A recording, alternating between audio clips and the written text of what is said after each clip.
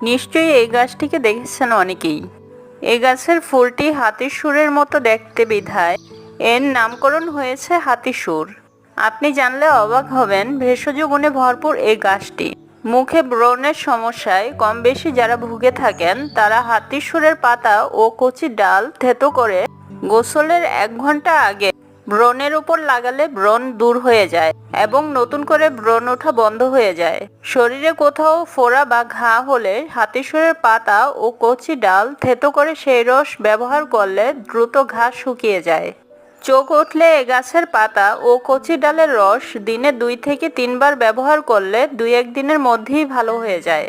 বিষাক্ত পোকা কামড়ালে সেই স্থান ফুলে ওঠে বা যন্ত্রণা অনুভব হয়। এ অবস্থায় 5 গ্রাম হাতিসুরের পাতার রস ও সমপরিমাণ ক্যাস্টর অয়েল মিশিয়ে লাগালে যন্ত্রণা লাঘব হয়।